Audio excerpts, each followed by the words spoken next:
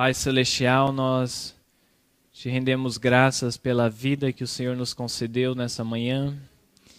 E nós também gostaríamos de rogar que o Senhor venha vivificar a nossa vida espiritual também. E nos conceda a tua presença através do teu Espírito. Também pedimos que o Senhor envie os teus santos anjos para cá para nos proteger de qualquer influência dos anjos maus. E nós pedimos uma bênção toda especial para esse dia de programação, que nós venhamos a crescer em Cristo Jesus. É a nossa oração em nome de Jesus. Amém. Vamos abrir a nossa Bíblia em Sofonias capítulo 3. Vamos lá rapidamente, Sofonias capítulo 3. Nós estamos estudando sobre a igreja remanescente, a última geração, os 144.000. E nós estamos vendo as características dos 144.000 no livro de Tiago. E Tiago está apresentando de uma forma prática essas características de como nós podemos adquiri-las. Mas eu gostaria de fazer uma pequena revisão com vocês sobre uma das características dos 144.000 no livro de Sofonias, no capítulo 3, ok? E a partir do verso 13. Na verdade, só o verso 13 que nós vamos ler diz assim: o remanescente de Israel, ou seja, o restante de Israel, da igreja adventista do sétimo dia. Qual é a característica deles? Aqui dá 3 características. Característica número 1, não cometerá iniquidade, né? Vitória sobre o pecado. Característica número 2, nem proferirá mentira.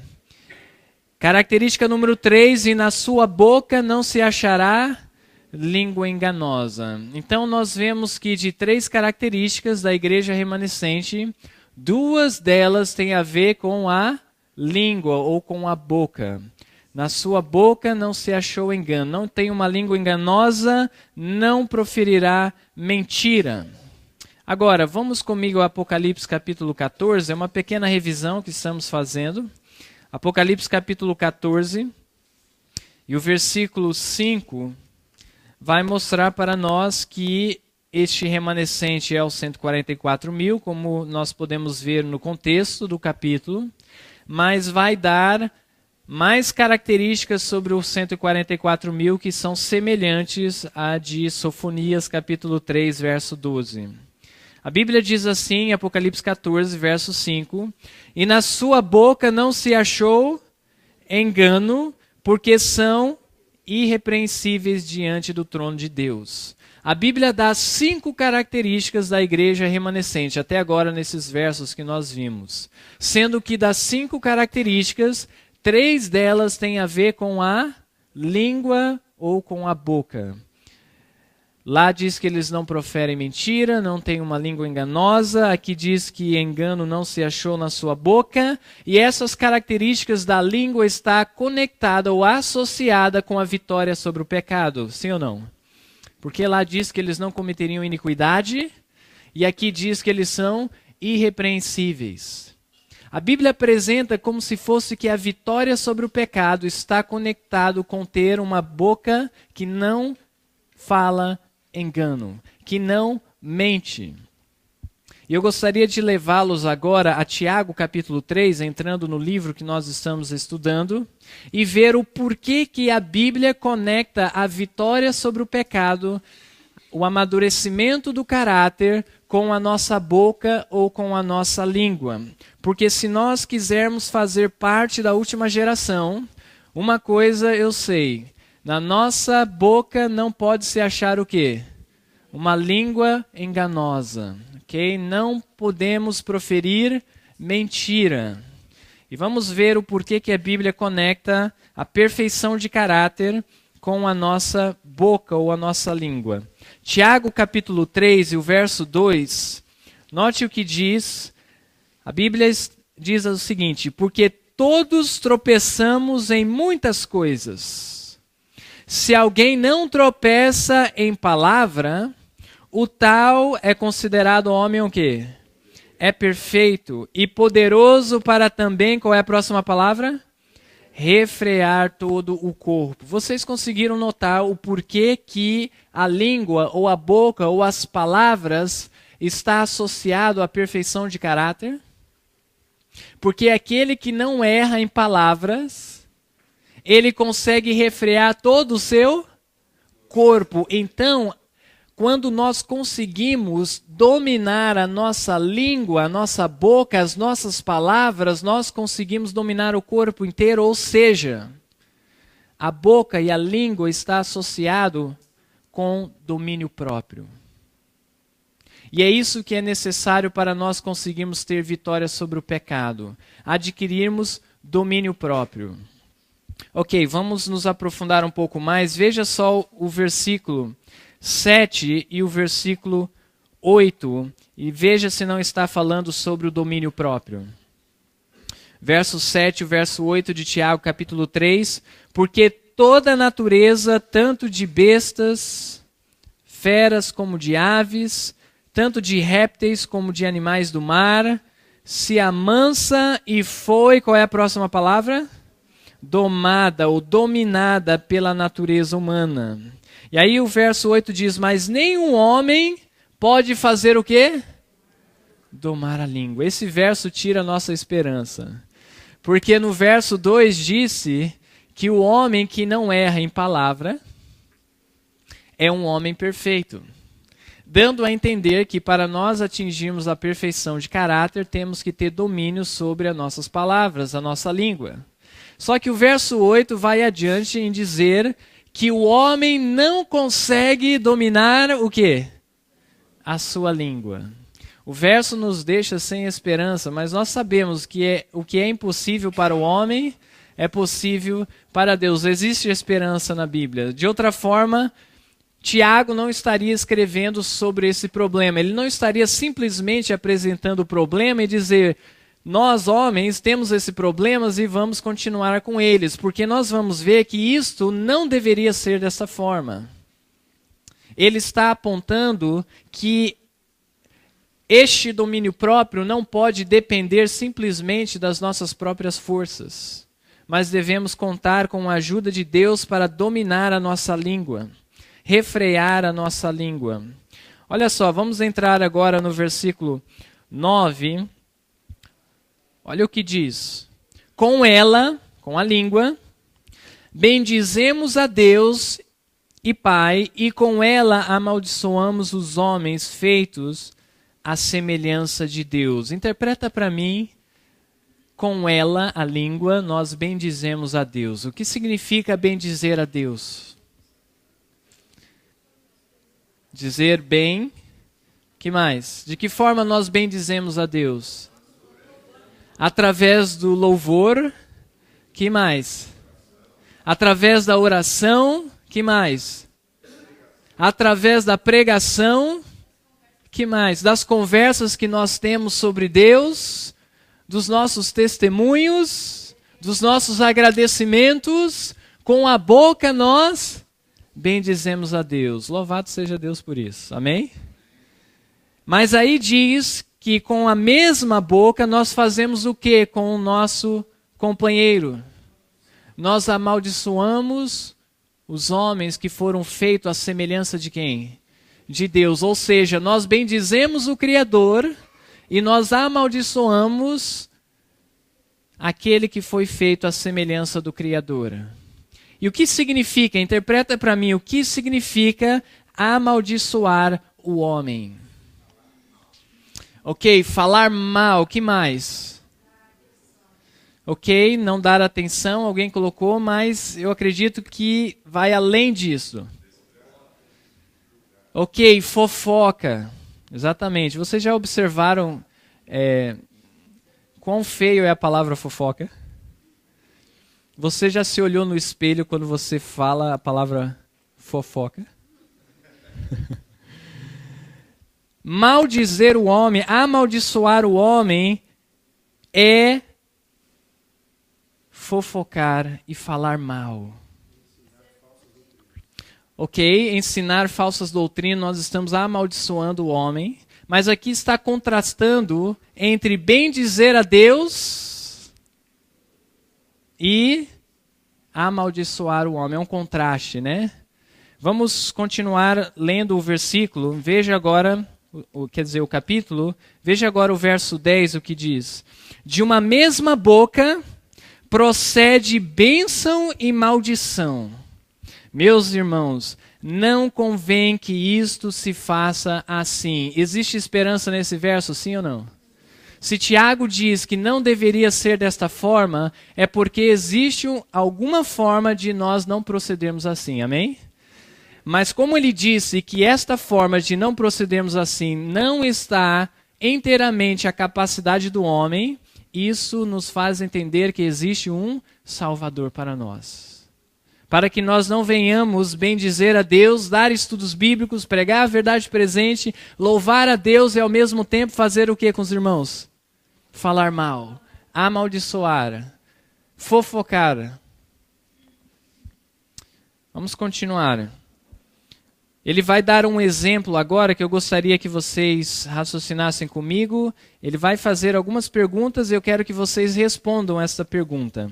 Vamos ao verso 11 e veja se não existe aqui, se estivermos nessa condição, uma boca enganosa, uma língua enganosa, que nós não podemos ter se quisermos ser parte da última geração. O verso 11 diz, porventura, deita alguma fonte de um mesmo manancial, água doce e água amargosa? O que vocês acham? É possível de um mesmo manancial, mesma mina de água, fonte de água, ter água amargosa, ou seja, água salgada e água doce, água fresca, sim ou não? Isso não é possível. E eu quero que você mantenha em mente essa palavra aqui, amargosa, ok? Eu vou voltar a ela mais tarde, mas lembre-se da palavra amargosa. Olha o verso 12, outra pergunta, eu quero que vocês respondam. Meus irmãos, pode também a figueira produzir azeitonas, sim ou não? Quando você vai para uma figueira, você espera colher o que dela? Figo e não azeitona. Dê uma olhada ao verso 12 ainda, dando outro exemplo. Ou videira, figos, é possível ir à videira e colher figos? De forma alguma. Quando nós vamos à videira, nós esperamos colher o quê? Uvas. E aí ele conclui dizendo, assim tampouco pode uma fonte dar água salgada e doce, ou água fresca. Vamos resumir o que Tiago está tentando nos dizer aqui. Imaginemos uma pessoa que esteja com muita sede. E aí ele encontra uma mina d'água, uma fonte de água, mas ele não tem certeza se aquela água é fresca, é doce. Se ele pode beber ou não. O que ele faria antes de tomar grandes goles daquela água? Ele pegaria lá um copo ou com a mão ele experimentaria só um pouquinho, não é verdade? E ele experimenta aquela água, ele vê que é uma água fresca, uma água doce. E ele se anima, pega a garrafa dele de água, enche a garrafa, e aí ele vai dar aquele gole com toda a vontade, né, para saciar a sua sede. E aí quando ele dá aquele gole, ele descobre que a água era o quê? Salgada. E ele gospe aquela água. E ele fica confuso e prova de novo da fonte e vê que a água era fresca. E aí só para certificar, ele prova novamente e a água é salgada. Assim acontece quando as pessoas se aproximam do cristão, que nós somos fonte de água viva, de água fresca. As pessoas se aproximam de nós porque nós falamos palavras de vida, palavras bondosas, palavras que exaltam o nome de Deus. Elas se aproximam de nós porque elas estão sedentas de ouvir da água da vida. E eles estão se revigorando com aquela água, mas de repente, da mesma boca que procedia a bênção, ele vê saindo o quê? Maldição, falando mal do seu irmão. E aí ele fica confuso, mas, peraí, não era uma fonte de água doce? e agora está dando água amarga? E muitas pessoas se afastam do cristianismo pela incoerência da vida dos cristãos. Porque se nós víssemos uma figueira produzindo uvas, certamente nós estaríamos suspeitos daquela figueira, não é verdade? Se nós víssemos uma mina d'água dando água fresca e uma hora dando água salgada, alguma coisa está errada com essa mina. Ela não é confiável. E assim acontece com o cristão que bendiz a Deus, que louva o nome de Deus, prega a palavra de Deus, dá testemunho de Deus, agradece a Deus, conversa sobre Deus, mas ao mesmo tempo ele fala mal do seu irmão, ele fofoca da vida dos seus irmãos.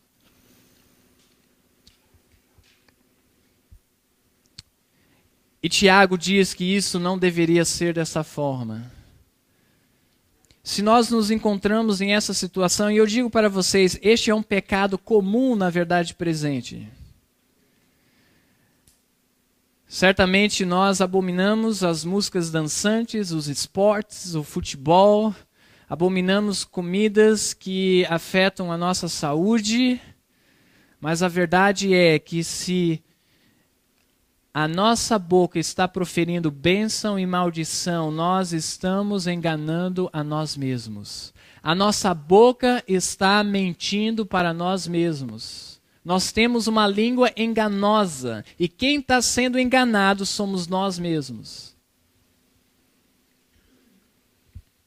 Eu gostaria de mostrar 2 citações para os irmãos a respeito da língua e de o que não deveríamos fazer ou o que deveríamos fazer com a nossa língua. Olha só o que diz o Espírito de Profecia. Os cristãos verdadeiros, que tipo de cristão? Verdadeiros. Isso implica que existem cristãos falsos. Não exultarão em expor o quê? Que eles não exultarão? As faltas e deficiências de outros. Não existe alegria, não existe entusiasmo, não existe realmente motivação de pureza no coração do cristão verdadeiro de falar mal. Afastar-se-ão da vileza e deformidade para fixar a mente naquilo que é o quê? Atraente e amável. Para o cristão, todo ato de crítica, toda palavra de censura ou condenação são de que forma? São penosos, ele não se sente confortável ao estar em uma conversa onde o tema da conversa é falar mal de uma pessoa. Ainda que aquela pessoa talvez tenha feito por merecer. Expor as deficiências de caráter, as limitações das pessoas. Isso está em Testemunhos para a Igreja, volume 5, na página 96. Uma citação a mais, antes de voltarmos ao livro de Tiago. A maledicência, ou seja, o falar mal, é uma dupla, o quê? Maldição, né? Como nós vimos aqui, né? É o amaldiçoar, né? Tanto a vida do meu próximo como a minha própria vida. Que recai mais pesadamente sobre quem que cai mais pesadamente a maldição? Sobre quem fala do que sobre quem ouve. Quão miserável é o que fala o mal? Ele é um estranho à verdadeira felicidade. A pessoa por vezes é infeliz e nem mesmo sabe o porquê. A verdade é que o hábito dele de fofocar, falar mal da vida dos outros, é o que o torna infeliz, desgostoso. Vamos a Tiago capítulo 3, e o verso 13 e 14. A verdade é que do verso 13 ao verso 18, o restante do capítulo, ele vai falar sobre 2 tipos de sabedoria. 2 tipos de quê que eu falei? Sabedoria, e ele vai contrastá-las. Veja só, vamos iniciar no verso 13. Quem dentre vós é sábio e entendido? Mostre pelo seu bom trato e as suas obras em mansidão de sabedoria. Agora eu lanço a pergunta para os irmãos. Será que Tiago está mudando de tópico? Ele estava falando da língua, de bendizer a Deus e não maldizer o nosso próximo. E agora ele vai falar sobre um outro tópico? Não, de forma alguma. Ele vai continuar a explorar este tema que ele está falando, mas, no entanto, é necessário nós adquirirmos sabedoria.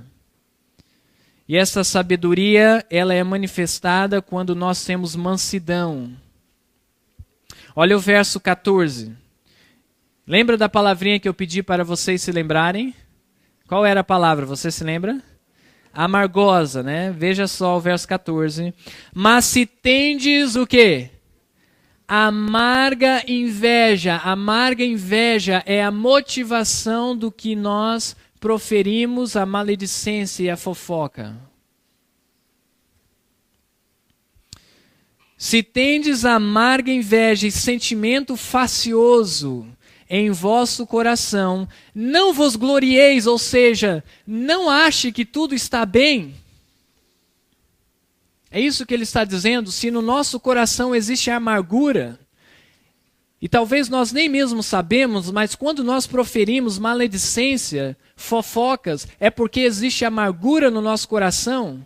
E quando existe amargura no coração, nós não podemos nos gloriar achando que eu estou bem, eu sou cristão, está tudo bem, eu creio na vitória sobre o pecado, eu creio na reforma de saúde, e aí eu me glorio quando na verdade tem amargura no coração. Eu estou sendo uma fonte de água amargosa. E aí ele conclui o verso 14 dizendo, nem, qual é a próxima palavra? Mentais contra a verdade. Quem é a verdade? Jesus Cristo é a verdade. Quando nós temos uma língua que fala mal do próximo, nós estamos tendo uma língua que profere o quê? Mentira. Esta mentira é contra quem? Jesus Cristo. Nós estamos dizendo para Jesus que somos seguidores deles, quando na realidade nós não somos. Talvez o mal que nós estamos proferindo do próximo seja verdade. Eu acho difícil alguém fofocar e dizer 100% a verdade, sem quebrar os 10 mandamentos. Mas vamos supor que alguém está ali falando mal do próximo, mas ele está dizendo 100% a verdade. Mas ainda assim não deveria ser dessa forma. E ele está mentindo contra a verdade. Lembra a característica da igreja remanescente? Na sua boca não se achou engano. Não proferirá mentira.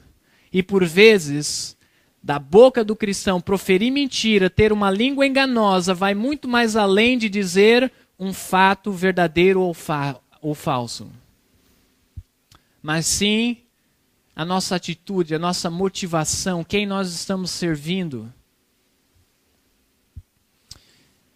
Muito bem, eu gostaria de ver alguns versículos. Na verdade, vamos concluir aqui Tiago, capítulo 3. Dê uma olhada o que diz no verso 15.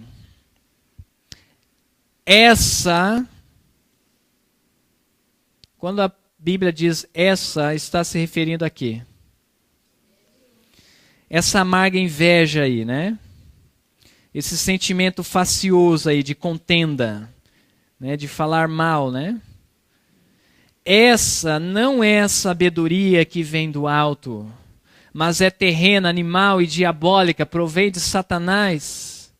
Verso 16, porque onde há inveja e espírito facioso, aí há perturbação e toda obra perversa.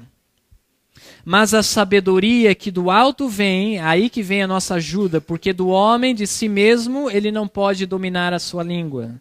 Ele necessita da sabedoria que vem do alto. Você consegue ver a conexão da primeira sessão do capítulo para a segunda, quando ele fala sobre a sabedoria?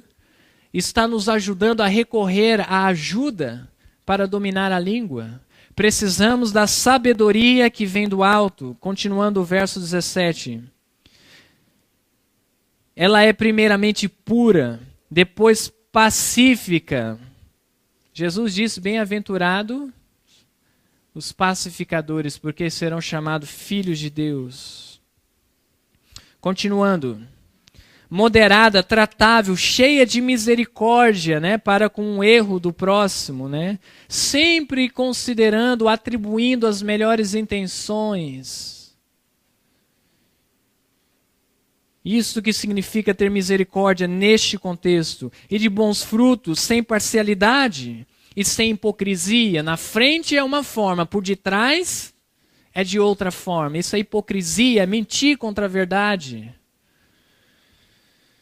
Ora, verso 18, o fruto da justiça semeia-se de que forma?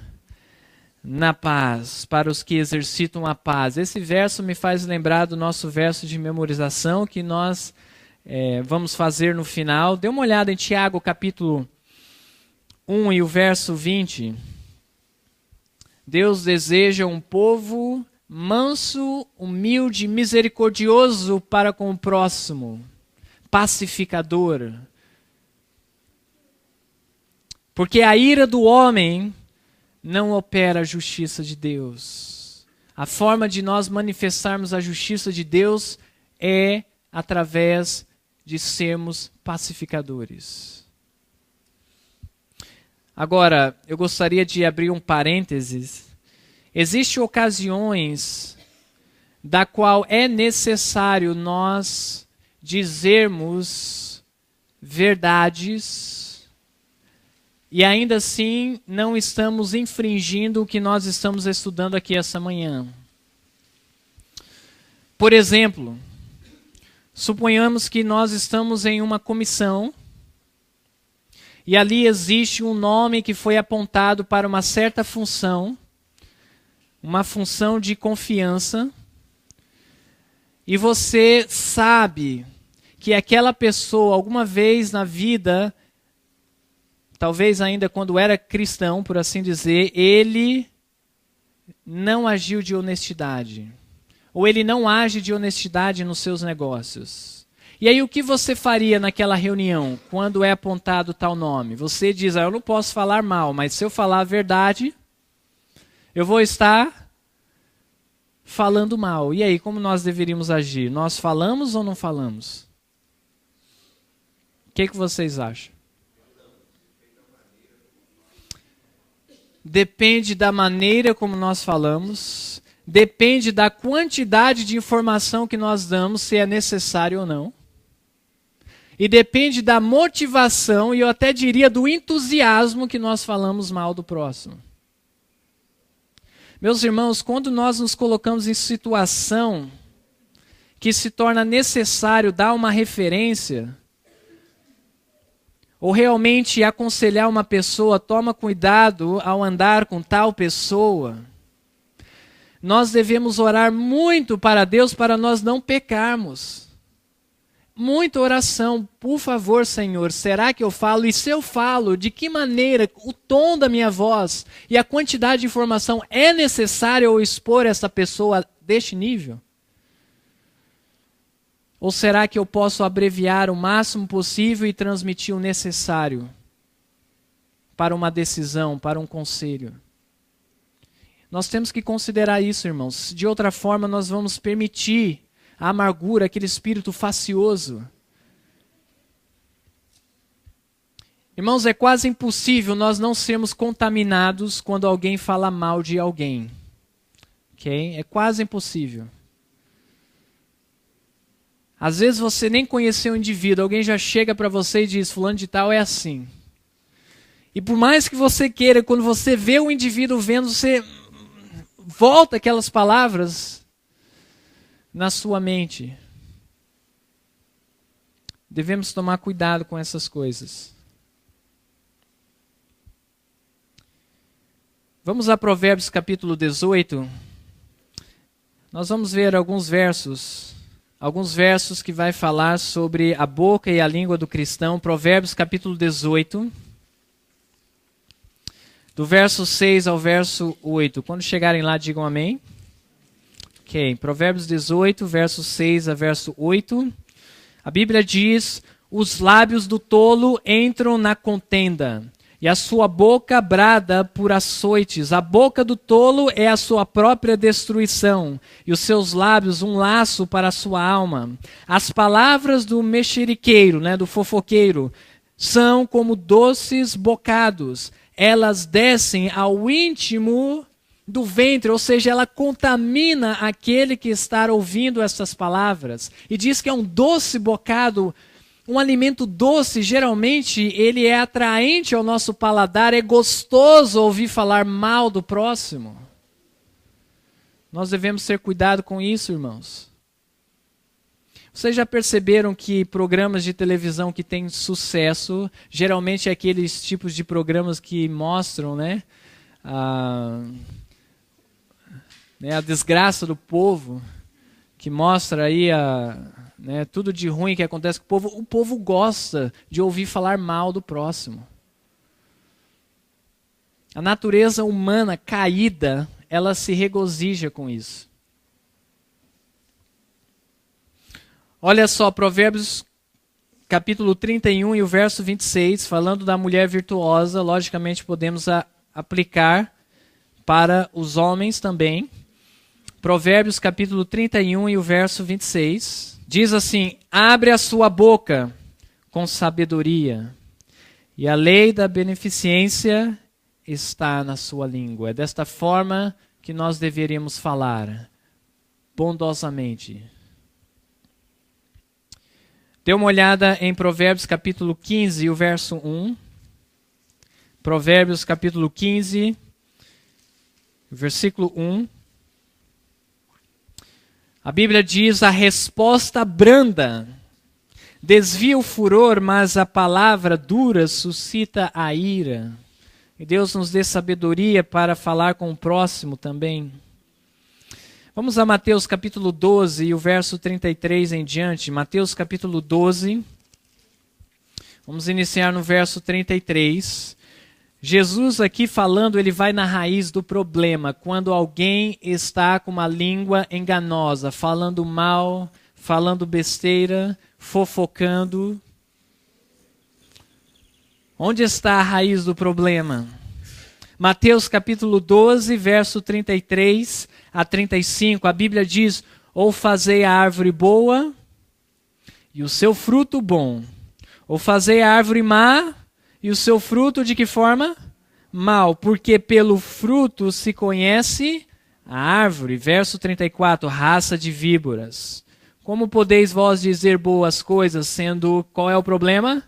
Maus, lá no coração, Pois do que há em abundância no coração, disso fala a boca. Lembra que Tiago apresenta o homem que domina sua língua como um homem perfeito, porque Tiago sabe que as palavras saem da abundância do coração. Se você domina a sua língua, a sua boca, você domina todo o seu coração. Por isso que a perfeição de caráter, a vitória sobre o pecado está associado com o domínio da língua, porque requer o domínio do nosso caráter, dos nossos impulsos, dos nossos sentimentos e pensamentos. Continuando ainda no verso 35, o homem bom tira boas coisas do bom tesouro do seu coração. Então é possível ter homens bons. E o homem mau, do mau tesouro tira coisas más. Então o problema aqui está no coração, irmãos. Se nós estamos falando mal dos irmãos, fofocando, o problema está onde? No coração.